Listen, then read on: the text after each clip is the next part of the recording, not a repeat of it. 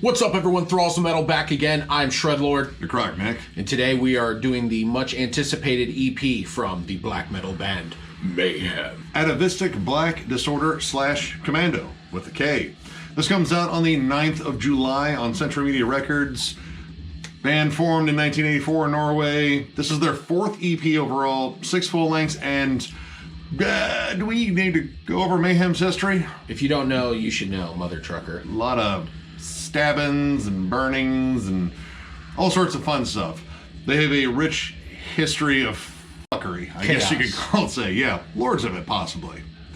But this was an interesting one in terms of what I heard about it when it was coming out. Now, the first 3 tracks on this EP are all original songs that were, I believe, intended to be on their last album, Demon, which was fantastic. Amazing.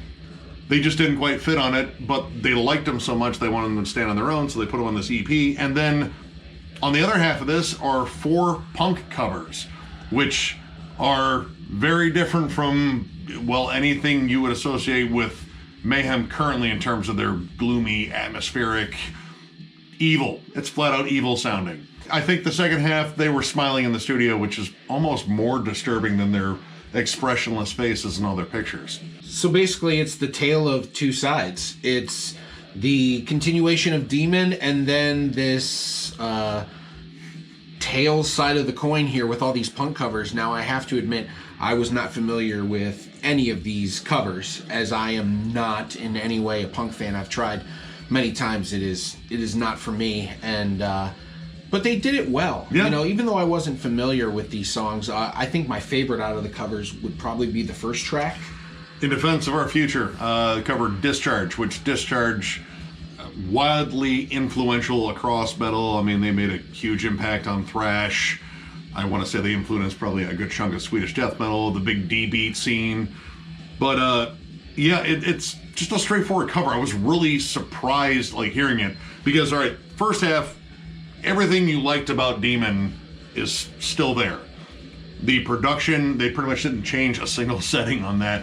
It is drenched in atmosphere. It's dark, it's creepy, it's brooding. Attila sounds like his vocal cords are haunted or possessed. He's so entertaining. Oh my God. You don't know what he's gonna do. No, like it's these whispers and growls and screams, bellows. There's even operatic crooning in Black Glass Communion. Just out of nowhere, he does it because he can, and his voice adds so much to the already bleak, just dark atmosphere on this. And I pretty much knew that Shred was going to love this as soon as it starts with the opening track, Vocas ab Alta. I'm not very good with Latin, but I'm pretty sure I screwed it up. Introduces this nice, dissonant, creepy riff, and then boom, we are into blast beats, D beats, lots of dynamics. The thing that I really appreciate about Mayhem now is they really employ a lot of songwriting dynamics. This doesn't get to be like static blast beats or just like, hey, let's just lean heavily on this dissonant atmosphere. No, you get riffs. They inject that kind of stuff and that kind of creativity into the classic tropes of black metal. But by adding that stuff, it makes them a little bit more unique.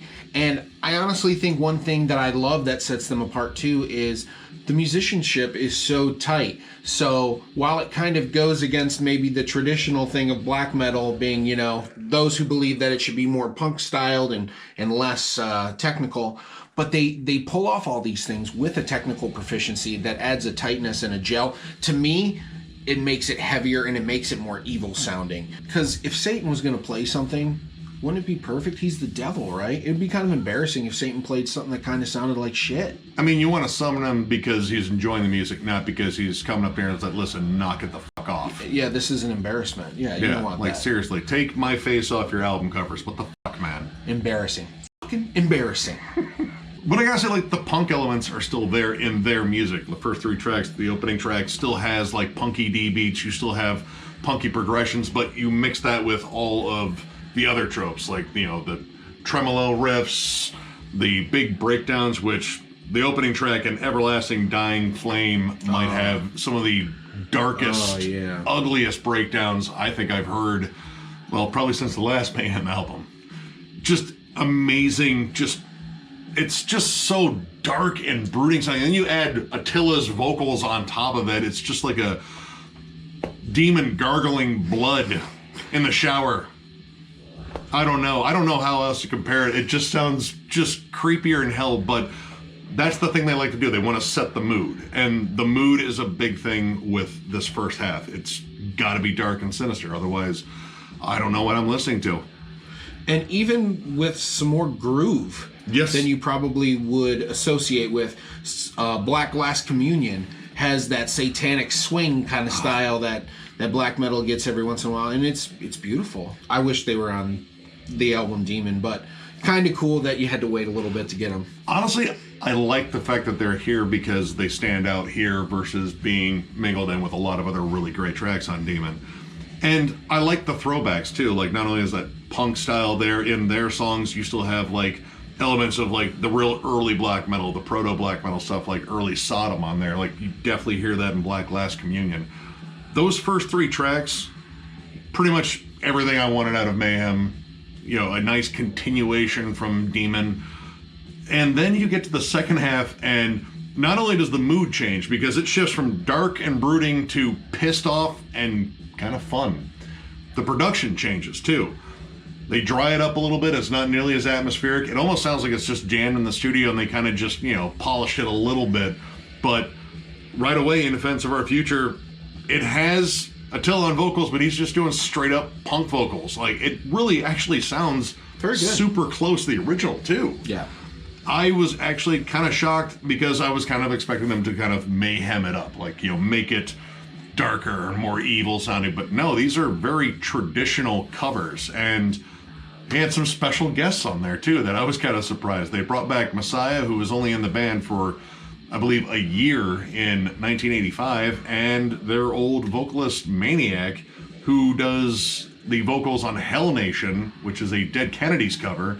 And holy shit, he kind of sounds a lot like Jello. Like, I was kind of shocked. Like, I looked at the speakers like, no. What? It's a solid cover. They did a great job on this. Now, Shred may not be like the biggest punk fan. I'm definitely a big punk fan, and the songs that I knew on here that they did a really good job. The Discharge, Dead Kennedys, and the cover of Kommando, which is appropriate, they did a solid job. In fact, Messiah's vocals on Kommando, he kind of oys it up a little bit. It kind of gives it a little bit more heft. But the one we kind of agreed on that was a little lackluster was Only Death. And that's a band I'm not familiar with, Rudimentary Penny. I don't know that band, but Attila's on vocals on this one, and he kind of brings the Attila we know on vocals. And I don't know, it just doesn't fit. Again, I'm not familiar with this band, but this one kind of just screamed, maybe this was a little forced. You know, a little bit too much Mayhem kind of crept through in terms of like the rest of the covers where they just wanted to really kind of pay homage to the original. But overall, though, this was a lot of fun to listen to. Yes. And I like that you get that tale of two sides.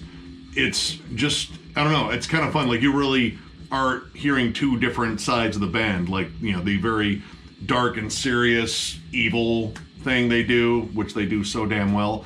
And then just this kind of, I hate to even say it, the lighter side of Mayhem, the less stabby, burning side of Mayhem. No acoustics and candles. No, not that. No, that wouldn't be welcome. Well, I don't know. They could probably pull it off and make it sound evil. Maybe slower torture and death versus just instant death. Yeah. Well, I mean, they did stab Euronymous for a long time. Not they and the band, Varg. Varg's a piece of shit. Yeah. But overall, I gotta give this 4 stars. I really enjoyed this, and I enjoyed both sides for different reasons, like almost equal amounts, except for Only Death, which I thought was just kind of a so-so cover. The rest of the covers were great, and Mayhem doing Mayhem songs, those 3 songs are absolutely killer. And again, I'm glad they're on here because I think they might have got lost in the shuffle on Demon, and that would have made it like possibly too long of an album. But on here, they shine. Absolutely incredible songwriting. Everlasting Dying Flame, the breakdown at the end of that, it might be one of my new favorite dark, creepy moments from Mayhem, which, holy shit, they have a lot of them. But yeah, great EP. Go out and get this. Get your Satan on. You know, go mosh around. Oi, oi, oi, punk. black metal, yes, do it. Fun. Yes, have some. 4 out of 5, easy. While the covers were not something I was familiar with, or maybe even my favorite part of it, they were done very well, and they were still, for the most part, enjoyable to listen to. And I did really, I don't know if I want to say enjoy or respect, but I think I respect the fact that the covers were done in a more traditional manner, because I think that's what made it so fun, is them kind of doing something a little different. And then the Mayhem songs themselves just kicked ass. So they were beautiful, they were awesome. I really like this current lineup of Mayhem, and I can't wait to hear what they put out next. Yeah, no, I'm 100% there with you on that one. So, if you enjoyed this review, give it a thumbs up. And if you are new to the channel, subscribe, because we do stuff like this all the time. We are also on Patreon, so if you'd like to help us out there will be a link below in the description for that.